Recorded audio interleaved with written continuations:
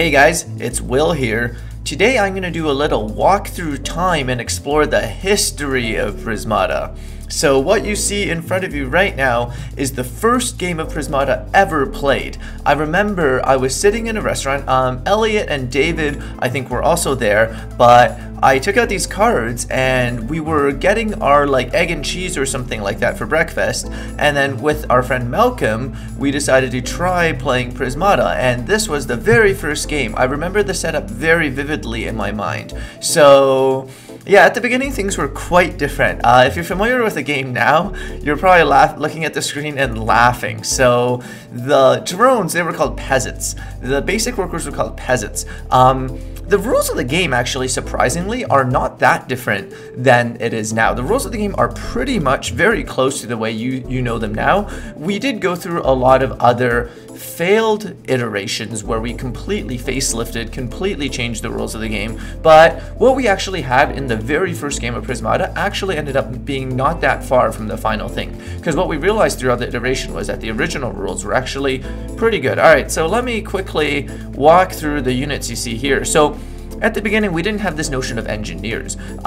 We were sort of looking at games, you know, like StarCraft or Warcraft. Most of them you have your basic worker, which are peasants, and then the thing that makes the basic worker costs a lot more than the basic worker itself. And, you know, in most RTSs, this is the case. So that's sort of how we started as well. Town Center, which was the thing that gave you energy, which allowed you to make peasants, cost 8, okay? And the worst thing was, it didn't even block. It doesn't even defend. Nowadays, this unit only costs 2 instead of 8, and it blocks. So yeah, it used to cost 8, and peasants used to cost 4. The very first time we started, peasants cost 4.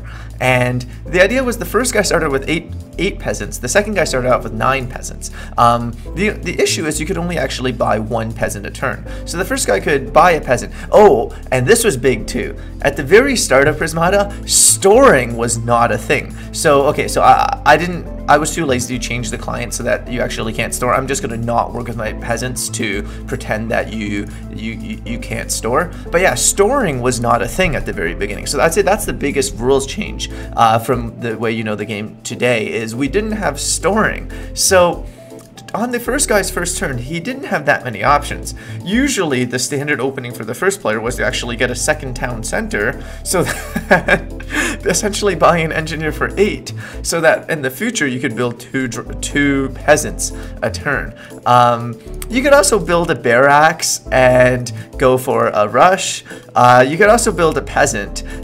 This was actually not a bad opening. You're kind of strictly behind the second player. Yeah, don't blame me. The game definitely was not very balanced. I think the second player had a pretty clear advantage. I think the best thing for the first player to do was usually to get the second town center, but the second player had a very nice first turn. They could get a peasant and a barracks. And yeah, so while the first guy is still busy building peasants, the second guy could already build a peasant and a foot soldier. And this was remember, there's no storing, so the fact that this is a very efficient opening is actually very significant here, because there's no storing. And usually the second player would just be winning here in a better position.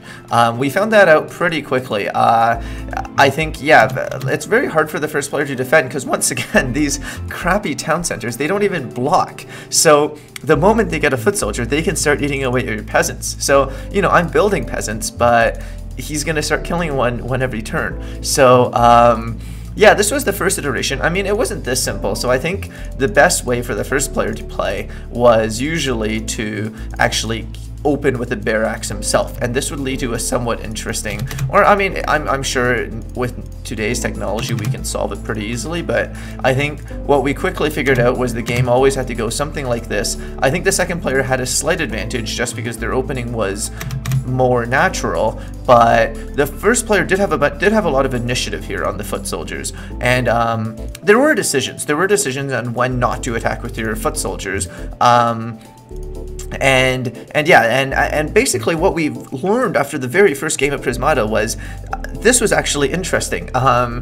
You know, this seemed like a simple situation. It seems like the second player's ahead, but it's really not. And even with this very, very simple game, without a computer, it's not immediately solvable. It's not extremely clear who immediately wins.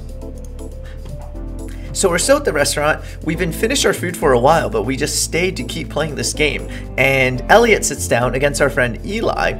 And the first thing Elliot does was, so remember the game had peasants and foot soldiers, and Elliot said, what if there was a unit that could convert your peasants into foot soldiers, like a conscriptor? And this unit is in the game today. So Elliot's a genius. The first unit he ever thought of in Prismata is still in the game today. In its original form, it was actually very, very busted. It cost 5. You could get it on your first turn. This is exactly what it was. I'm actually holding in my hand right now the piece of paper with Elliot's original writing with the very first conscription ever in Prismata. And this is exactly what it did. And the second thing Elliot did after writing this conscription card down was he took out a sheet of paper and wrote down all these crazy conscription rush openings and all these cool openings you could do with the conscription rush. And Elliot's openings were basically too good. This conscription unit was too good, and basically both players were forced to just get conscriptions at the beginning, and the game was still interesting. It wasn't solved. It wasn't like clear which side won, but we knew that the best strategy for both sides was just to get mass conscription. Oh, and another important thing was this conscription, the rule was the foot soldier that it made had essentially haste or charge. You could attack or defend with it on the turn you get it, which is what pushed it over the top. Mind you, if you got a foot soldier from a barracks the normal way, it took a turn to construct. But because you were like conscripting a peasant, it could attack or block right away.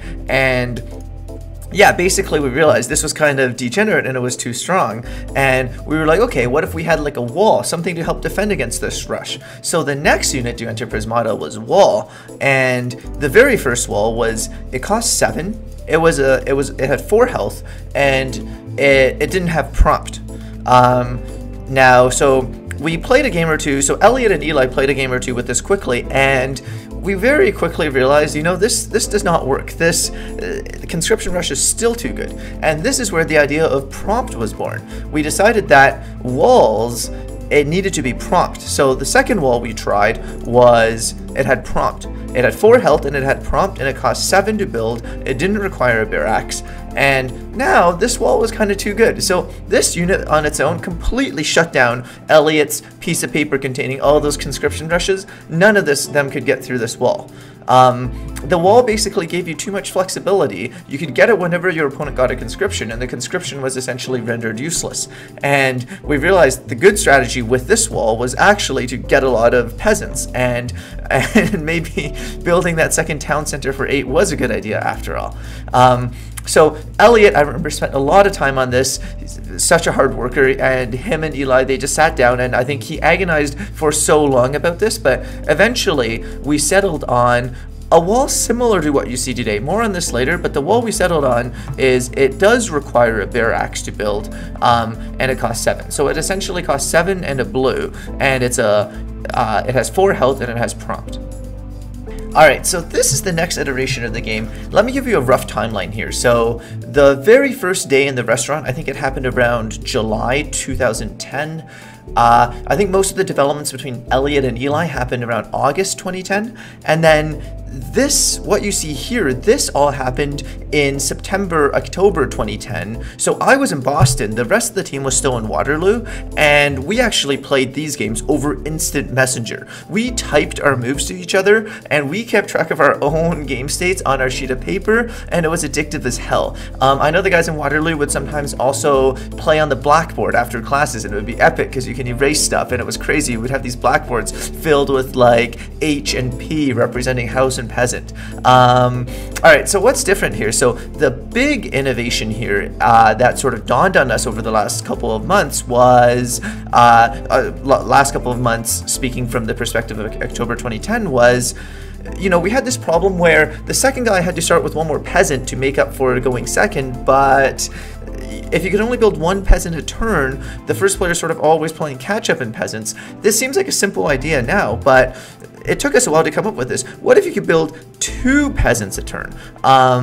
Yeah, and this was a major breakthrough actually. It sounds dumb now, but if you could build 2 peasants a turn, then the first player would start with, so I also decided that I thought peasant costing 4 was a bit much, a bit clunky. I decided to give 3 a try. And yeah, so what if the first player started with 6 peasants, the second player started with 7 peasants, and the first player could build 2 peasants on a turn, so he could get to 8 first, then the second player could get to 9 first, and basically it's balanced because one player hits all the even numbers first and one person hits all the odd numbers first. And yeah, so this was a major breakthrough for us. And so what we did was we split up the town center, which used to cost 8. Now it costs 4, and you start with 2 of them. It's still a crappy unit by today's standards, but what you see here is actually not that different from Prismata in the form you know it today. I mean, the game went through so many other iterations before we came back to something like this, but what you see here is actually yeah, similar to Prismata today. And yeah, so the game would play out like this. And okay, so I remember, so we also developed some other stuff. So gas drill is what you know as conduit today. I don't think it was fragile back then, but essentially I remember it cost 5 at first, and it produced a storable resource. Barracks, we made it cost 6 instead of 5, even though at the very beginning it cost 5. Academy was actually completely different. So Academy, so Animus, as you know it now, Academy was sort of the notion of technology. It was something that you purchased once, it couldn't ever be destroyed, and as long, maybe it could be destroyed, I don't remember. We went back and forth on that a bit, but basically you got it, and as long as you had one Academy, it gave you infinite red essentially. Anything that cost red, it just unlocked. It was a technology. And yeah, so Foot Soldier and Wall, as you see here. Conscription, I think, required a slight nerf. It cost something like this. And Tatsu Nullifier, I don't think it was called Tatsu Nullifier back then, but we actually had this unit very early in the game. It could freeze for infinite, though. We didn't have a notion of like chill damage. It was just you could click it and get rid of any defender for the turn. And Shadowfang was another unit that sort of existed since the very start. It attacked for 2, only had 1 health. It was this fragile unit that if you defended it, it was amazing, but if they ever got through, they could kill them very quickly. Yeah, so these units are actually in the game today. Some form of them is in the game today. And yeah, so I remember Malcolm was one of the best players of Prismata at the very beginning, and I remember playing a game like this with him over Instant Messenger. And so remember, you still can't store. The second player still can't store, and Malcolm decided to get a peasant and a gas drill. So it was called gas drill back then, something like that. I forget what I did here. I think I did something maybe like get a peasant and a barracks, since that fits nicely. And then Malcolm got a peasant and a barracks himself. I don't remember exactly what I did, but I just remember you can't store, so... but the moral of the story is Malcolm was an amazing player, and he discovered this opening that later became known as the Malcolm Rush, and we called it that for a very long time. The Malcolm Rush, the scary, scary Malcolm Rush. It's so hard to defend against. And basically what you do is you get an early Tatsu Nullifier, and then you get a conscription, which also costs green and blue back then, and essentially you would just win the game very quickly with this Tatsu Nullifier rush backed up by a conscription. And we used to joke that so the Malcolm Rush, this was a lingo that we used. We called it the Malcolm Rush, and you know, we all thought it was busted. It turned out it actually wasn't unbeatable, but it resulted in a lot of very sharp situations where the second player needed to know exactly how to play to get into a reasonable situation. It was a very strong opening, and it wasn't an insta win, and I think this was one of the ways in which we like completely fell in love with the game, because we would explore all these positions as the second player. So back at the very start of Prismata, we knew we wanted sort of the base set random set system, but there were so few units back then that we couldn't ever have a random set. So every game had the same set, and it was sort of like a Grandmaster set, and we studied openings, and we really fell in love with the game just studying how to defeat the Malcolm Rush. And there was all these beautiful sharp lines, extremely sharp lines. Can you pick off their Tatsu nullifier? Stuff like that. All these very sharp lines. And we joked that, you know, we know that we made it if one day there's a book that's like 1,000 pages thick entitled How to Defeat the Malcolm Rush. And yes, okay, so the reason why it was non-trivial was because this set actually had a rock, paper, scissors interaction similar to the rock, paper, scissors interaction you see in Prismata today. So, like, the best attacker is Shadowfang, but Tatsu Nullifier kind of counters Shadowfang because you can get rid of their defenders and then pick off their Shadowfangs, but then, like, a foot soldier / conscription build could counter the Tatsu nullifiers because your units had so much health, and the fact that they paid for the chill doesn't mean anything. But then Shadowfang counters Foot Soldier and Conscription. So this set was actually very fun, and we played it a lot for nearly a month and a half, I think. And it really had all the basic elements of Prismata, as you know today, I'd say, in some sense. Like, if I gave this game to you guys today, I don't think anyone would solve it that quickly. It was a complicated game. It was a good game. I mean, it's obviously, I think the game right now is better, but this was a playable game, and then we explored a couple of other things since then. Alright, so I think I'm going to wrap it up here. Thanks for listening, guys, to this walkthrough time.